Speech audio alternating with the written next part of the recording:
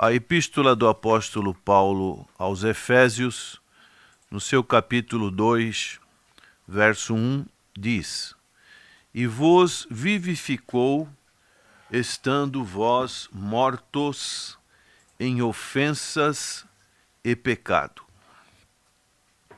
Duas palavras que nos chamam a atenção, dois contrastes enormes que o apóstolo Paulo utiliza nessa epístola aos Efésios. A palavra vivificou. No capítulo 1, ele vem falando do conhecimento que os cristãos devem ter a respeito do seu chamamento, das suas riquezas espirituais e do poder que Deus opera na vida daqueles que conhecem a Cristo. E ele vai falar que este poder está com Cristo e Cristo constituiu este poder para a igreja. Então a igreja, nós que fazemos parte da igreja, temos a responsabilidade de viver este conhecimento do chamamento das riquezas espirituais e do poder de Deus que nos é oferecido, de como agimos, como podemos colocar em prática este poder. Cabe a cada um de nós estarmos utilizando da melhor maneira possível esse poder que nos é outorgado, que o Senhor prometeu ali também no início da igreja primitiva, para sermos testemunhas. E Paulo utiliza essa palavra vivificou, que vem de vida, e ele coloca num estado passado, nós que estávamos mortos em ofensas e pecados. Podemos ver neste verso um diagnóstico correto no sentido espiritual, muito profundo o que o apóstolo Paulo oferece para o nosso conhecimento e entendimento. Quando estamos, às vezes, doentes, e é muito comum ouvirmos certas notícias, comentários de pessoas que vão procurar um auxílio médico e chega lá, quando o médico às vezes não tem possibilidade de ter todos os exames da pessoa, é diagnosticado como uma virose. A pessoa está com virose. Em outras oportunidades se aplica uma Bezentacil e a pessoa sai de lá pensando que está curada da sua enfermidade. Passa-se algum tempo e os sintomas retornam. Então, muitas das vezes vemos também o que podemos chamar de um efeito placebo. A pessoa toma um determinado medicamento, ou às vezes não é nem um medicamento, às vezes é uma água, às vezes é um chá, qualquer coisa do gênero, e tomando isso, ela pensa que aquele remédio fez um efeito de sua cura. Mas, com o passar do tempo, novamente volta o efeito de alguma moléstia, alguma doença que a pessoa tenha. Assim também é na vida espiritual. Precisamos ter um diagnóstico correto do estado espiritual, não somente nosso, mas também das pessoas, principalmente os líderes, para que possam enfrentar com conhecimento e com o auxílio da Bíblia, do Espírito Santo de Deus, essas enfermidades da alma. E é isso que podemos entender aqui quando o apóstolo Paulo escreve sobre isso. Podemos ver, corroborado com essa expressão, palavras de João, capítulo 5, verso 24, quando o Senhor Jesus disse: na verdade vos digo, que quem ouve a minha palavra e crê naquele que me enviou, tem a vida eterna e não entrará em condenação. E aqui ele conclui com essa frase: mas passou da morte para a vida. Então, para um bom entendedor, significa que Cristo estava dizendo que a pessoa estava morta, no sentido espiritual, e passou da morte para a vida.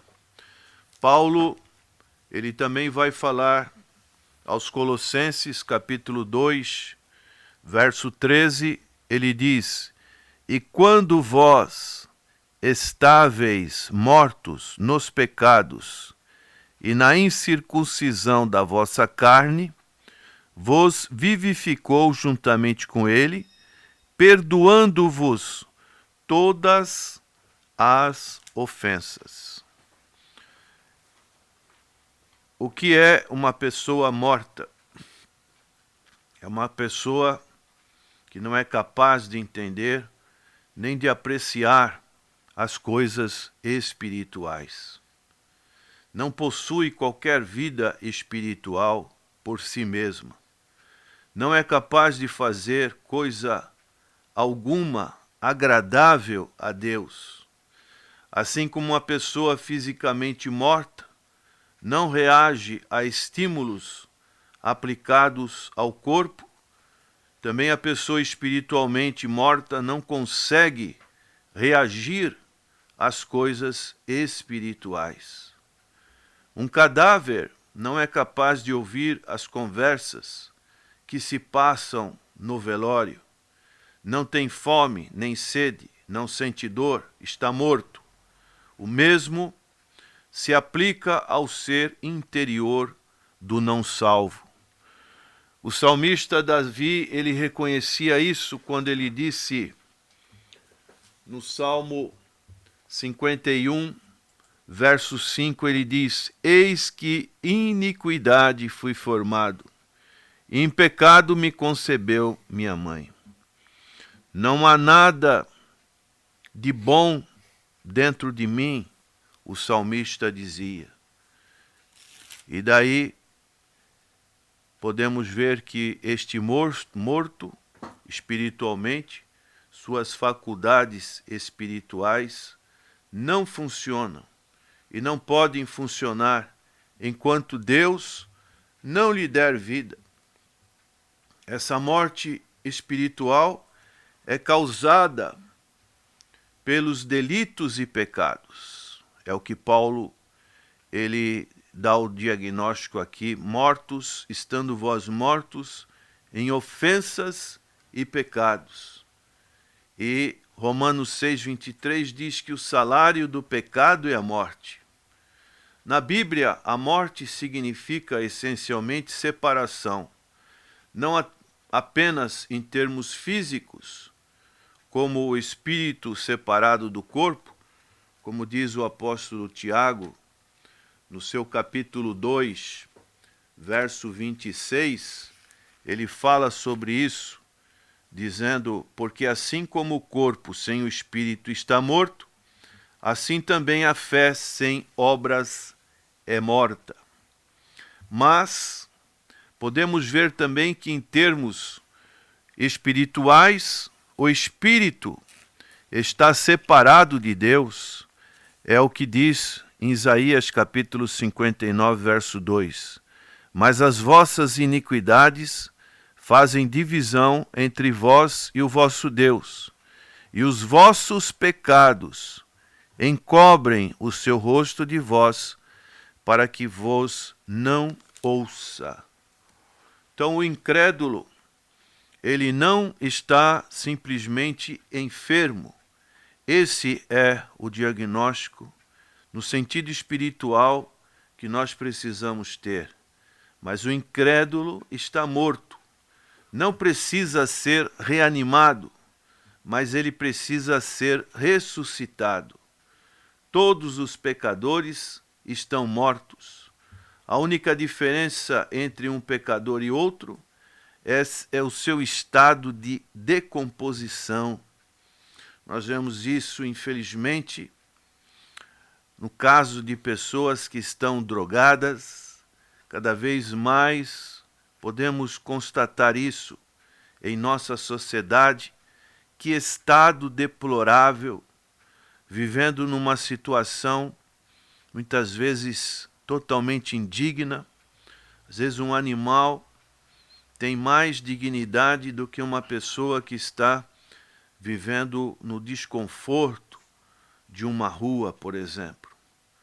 Os perdidos abandonados nos becos da cidade parecem ser mais decrépitos do que um líder proeminente, também não salvo.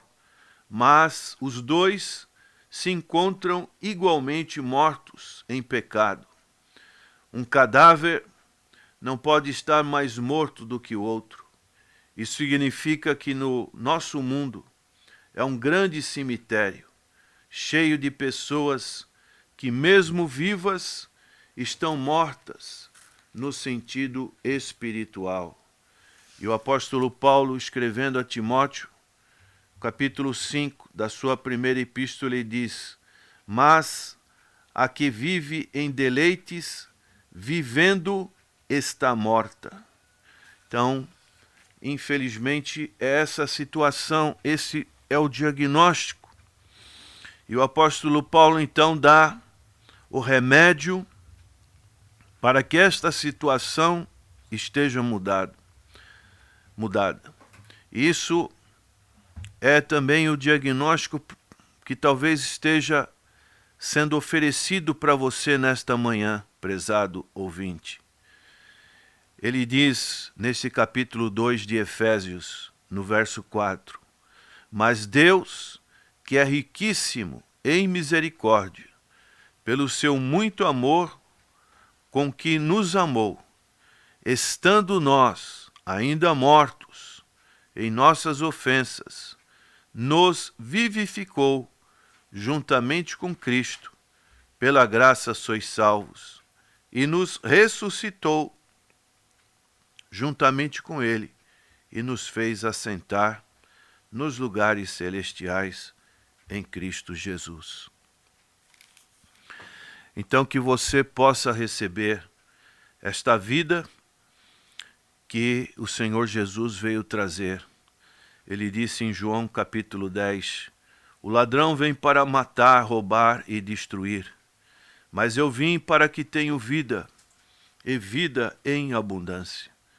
Receba a vida que somente Jesus pode oferecer, e assim você pode estar vivo, ressuscitado com Cristo, pensando nas coisas que são lá de cima, aonde Cristo está sentado à destra do Pai. Que Deus possa, através do Espírito Santo, se você ainda não foi vivificado, que você, através do Espírito Santo que veio convencer do erro, do pecado, da justiça, você receba esta vida que somente Cristo pode lhe oferecer. Amém.